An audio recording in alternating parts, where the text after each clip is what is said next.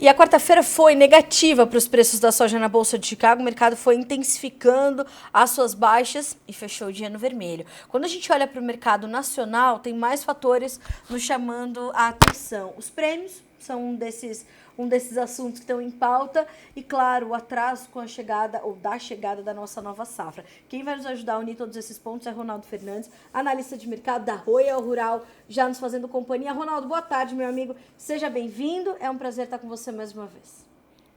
Boa tarde, Carlinha. Muito obrigado. Prazer sempre meu estar aqui.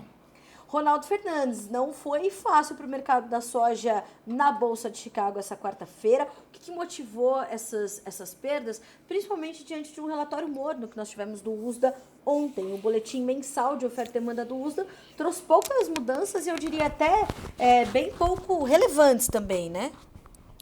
Vamos então começar pelo relatório do USDA. O que me chama a atenção não foram as mudanças, Carla, foi o que não foi alterado. Nós tivemos praticamente alteração na produção da Argentina. Não justifica essa queda de 1%, tem mais fatores imperando aí, mas começando igual o Jack Stripador, vamos por partes, começando pelo relatório. A queda de 3 milhões de toneladas na produção da Argentina, ela deveria ter um efeito em cadeia. Cortar ali também o consumo interno, reduzir as exportações, mas não. Eles só cortaram 3 milhões de toneladas, mantiveram o consumo interno em 48 milhões, mantiveram as exportações em 4,5 milhões de toneladas. Então isso é um recado, o SDA dizendo, olha, o que a Argentina perdeu de produção aqui não vai fazer falta para a oferta global, vai perder do estoque dela. Um outro ponto e mais importante, a Argentina ela não é relevante na exportação de soja in natura, são 4 milhões de toneladas. Se a Argentina zera as suas exportações, para de exportar esses 4, o Brasil e os Estados Unidos recompõem com facilidade, porque a exportação é para a China, e a gente tem o Brasil e os Estados Unidos conseguindo entregar ali 4 milhões se a Argentina faltar. O ponto da Argentina é o farelo. E é nisso que eu digo que o que chama a atenção do relatório não são as alterações, é o que não foi alterado. Eles não alteraram em nenhum momento nada no quadro de oferta e demanda do farelo da Argentina. Foi mantido ali uma produção de 32 milhões de toneladas, foi mantida uma exportação de 28 milhões de toneladas e, para piorar, ainda subiram a exportação de farelo do Brasil em 1 milhão de toneladas. Então o recado do relatório do FDA foi o seguinte, mundo, por enquanto não se preocupa, o que a Argentina está perdendo de produção não vai impactar a oferta global de farelo, inclusive o Brasil está repondo. Eu não concordo. Você está tirando 3 milhões de toneladas da produção, você tem que fazer o ajuste ali na cadeia, mas eles não fizeram e esse é o primeiro ponto, o recado de que a oferta de farelo não vai ser afetada. O outro ponto é a gente ter um mercado financeiro, né, Carla? A gente teve falas hoje do Jerome Powell, teve a inflação dos Estados Unidos, veio um pouco acima do esperado, era esperado 2,9, veio 3. É uma alta muito pequena, mas já é o suficiente para fazer o mercado acreditar que não é bom a gente esperar cortes de juros dos Estados Unidos. Vamos com calma, não vai cortar tanto juros assim, e sempre que o mercado falar em alta de juros americanos, subir juros ou manter juros, não cortar juros, nós vamos ver Tesouro subindo, dólar subindo e Chicago caindo. A gente não está tendo dólar caindo, dólar subindo, está caindo. Lá fora o dólar também está na estabilidade por outros fatores, mas o Tesouro americano está subindo mais de 2%, e não é criação de dinheiro, o dinheiro sai de um lugar e vai para outro. E a gente sempre tem Chicago afetado, a relação é muito próxima, é muito forte. Sempre que Tesouro T10 sobe, Chicago cai, é uma relação de tirar dinheiro de onde está arriscado e colocar onde tem mais segurança. Então a gente tem um mercado financeiro falando em não cortar juros, em manter juros altos, pelo menos estável, né? Não vou nem dizer alto, e isso a gente faz com que o Tesouro suba e Chicago caia, junto com esse efeito do relatório, Carla. Bom, isso tende, portanto, a continuar esse movimento de queda justamente por conta desse recado do USDA para o mundo, combinado com esse mercado ou esse cenário macroeconômico que traz alguns sinais importantes de alerta ali também, Ronaldo? Bom, vamos falar de tendência então. Tem 2 fatores de alta para a soja, exclusivamente. Vamos colocar 3, vamos discutir esses cenários agora. Primeiro fator de alta para a soja é o clima na Argentina. A gente sabe que vai impactar no quadro, não na exportação de soja in natura, mas na composição do farelo. É bom deixar isso muito claro. Até agora o USDA não está mostrando a produção da Argentina afetada, pelo contrário, está mantendo ela ali. Mas o clima na Argentina, ele obviamente faz uma pressão, a colheita no Brasil está atrasada, mas está avançando. Segundo ponto que nós temos de pressão de alta para a soja, e esse é o mais importante de todos. Algum acordo comercial entre China e os Estados Unidos, porque a guerra comercial ela já começou. Só que eu não posso dizer que não é nenhuma guerra. Por enquanto a gente está nas pequenas batalhas, né? Não são tarifaços que eram esperados lá atrás, não eram prometidos pelo Trump.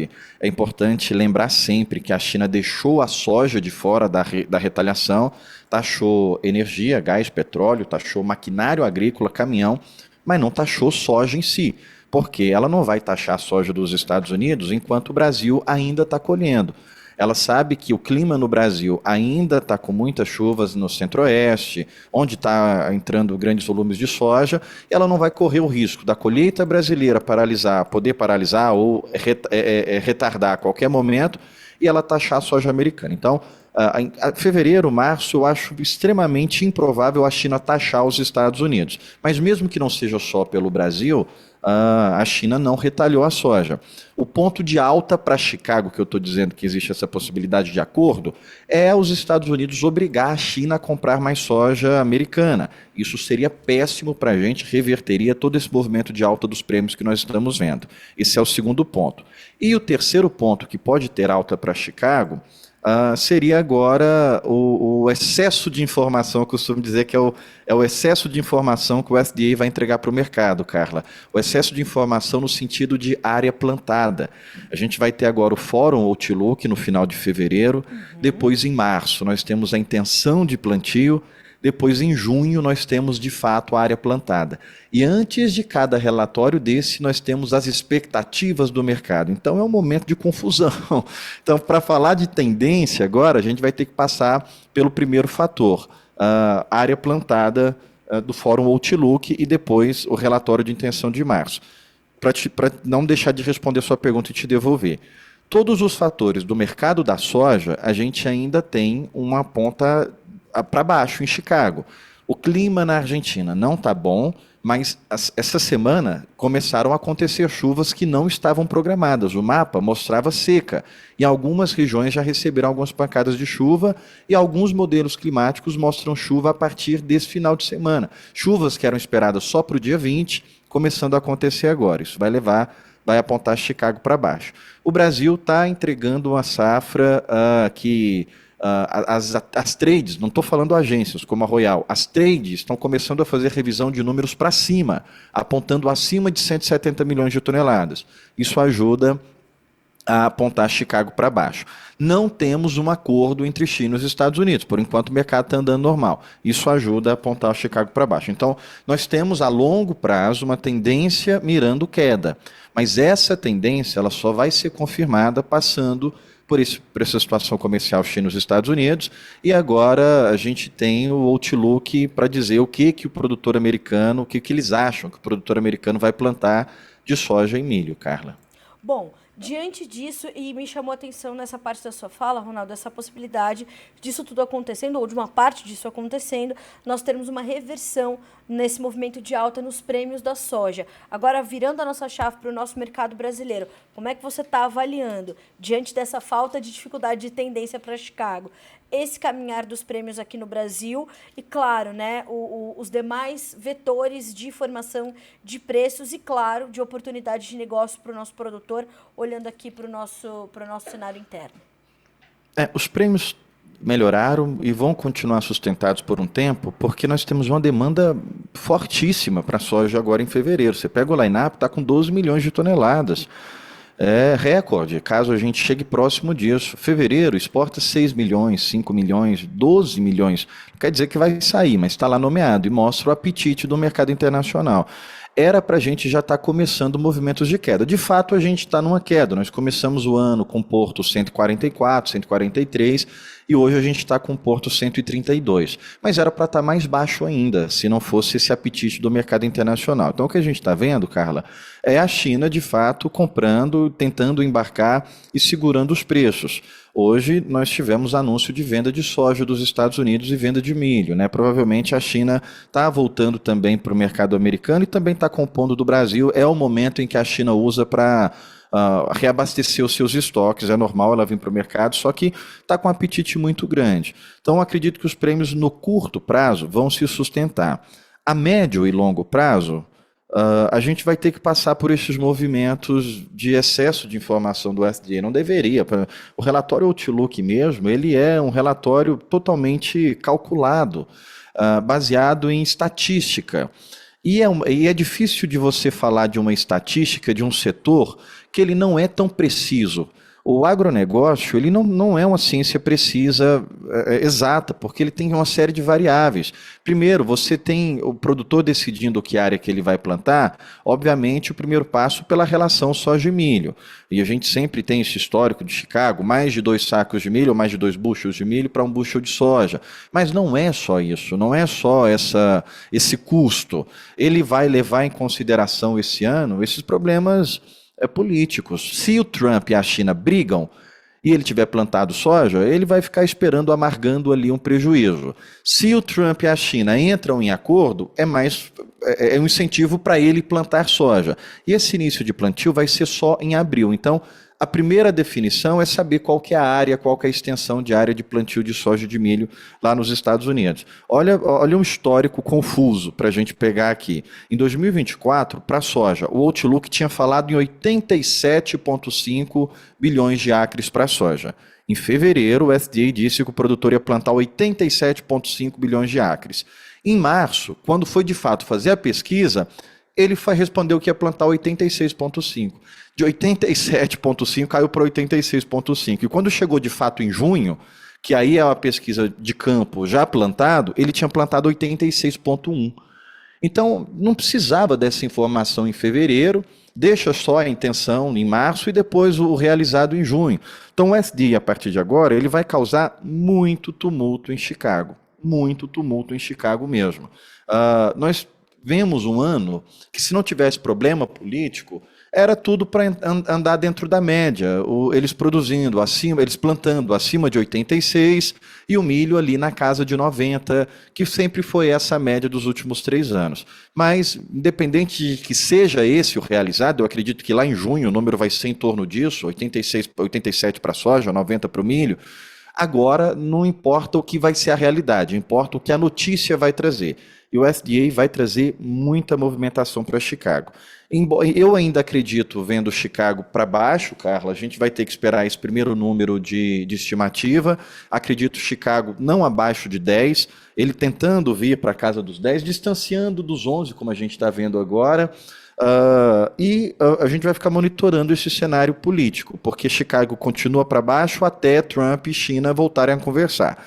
Se eles voltarem a conversar e mostrar favorável a um acordo, aí Chicago vai subir de volta para os 11, porque o acordo certamente vai ser obrigar a China a comprar mais soja americana e produtos entre si.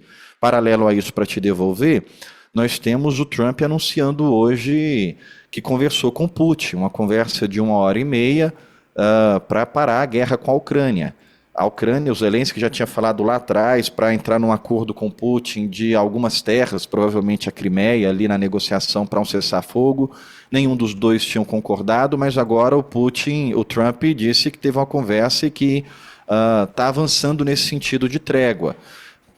Não divulgou nada, ele falou que nem conversou com o Zelensky ainda, que ele precisa voltar a falar com o Zelensky, mas o que se espera é que ele vá reduzir tarifas de exportação, de importação da Rússia. Pode aumentar a oferta de petróleo, e o petróleo caindo pode puxar tudo para baixo.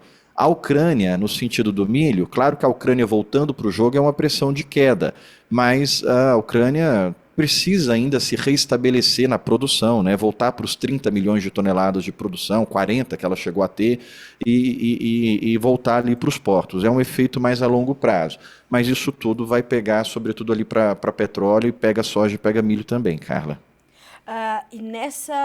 Para a gente concluir, embalar o nosso comentário para o nosso produtor, Ronaldo, para quem está ali com a soja na mão, pensando o que fazer, o que esse momento quer dizer na prática, quem tem oportunidade de travar esse prêmio e capturar essas oportunidades, é hora de fazer isso?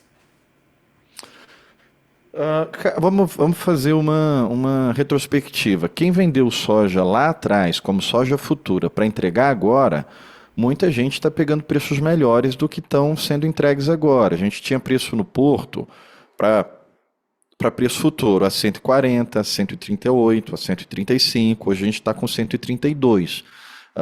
Então, muita gente já fez muito travamento, já protegeu. Agora, vamos fazer uma retrospectiva mais distante, Carla. 2023, os melhores preços foram em janeiro, fevereiro. 2024, os melhores preços foram em janeiro, fevereiro. Depois caiu drasticamente. E aí a gente teve novembro, voltando. Janeiro de 2024, a gente teve 142 no Porto. Novembro, nós tivemos 144. Ah, Ronaldo, então o melhor preço foi em novembro. Não foi, porque por R$ 2 você carregou uma soja de janeiro a novembro. Será que valeu a pena? Então, quando a gente olha para 2023, 2024, os melhores preços foram pré-colheita ou no máximo durante a colheita. Depois o mercado veio para baixo. Se fosse um ano típico, um ano tradicional, eu diria que respeitaria esse mesmo movimento. Mas nós temos no meio do caminho uma China e uns Estados Unidos que não sabem o que querem da vida. O fato é o seguinte: se a China e os Estados Unidos entrarem num acordo, Chicago sobe e nossos preços caem. Mesmo assim, a China vai comprar soja do Brasil. Olhando para um ponto de vista estratégico, não tem nenhuma razão para a China taxar a soja dos Estados Unidos. É bom lembrar que quem taxa deixa a soja mais cara para ele mesmo comprar. A gente está vendo agora as tarifas contra o aço, por exemplo, e o alumínio. O Trump anunciou tarifas de 25%. Mas como é que funciona isso? Os importadores dos Estados Unidos vão ter que pagar 25% a mais. Se uma tonelada de aço custa $100, eles vai ter que pagar 125. Isso é para fazer com que eles não comprem mesmo. Isso é para eles comprarem no seu mercado interno e aí o produto internacional vai ter que baixar, o Brasil vai ter que baixar 25% para concorrer com o mercado interno americano. Com a soja foi a mesma coisa. Se a China taxar 25% da soja dos Estados Unidos, a soja vai valer 25% mais cara para ela mesmo comprar. E automaticamente a soja do Brasil sobe. Então não faz sentido a China taxar a soja no período que ela precisa repor estoque, num período que o Brasil não está entregando tanto volume como ela gostaria. E ela entrando num acordo com os Estados Unidos, a soja americana, claro que se valoriza, mas ela ainda não consegue comprar tudo dos Estados Unidos. Os Estados Unidos não vai vender 109 milhões de toneladas. Ela vai estar cumprindo um acordo comercial e deixando a soja brasileira mais barata para ela comprar dos dois lugares. Inevitavelmente, ela vai ter que continuar comprando do Brasil. Então, o ponto é o seguinte: a China vai reduzir a compra do Brasil? Não vai. Mas ela pode deixar a soja brasileira mais barata fazendo um acordo com os Estados Unidos, mesmo que a gente tenha alta para Chicago.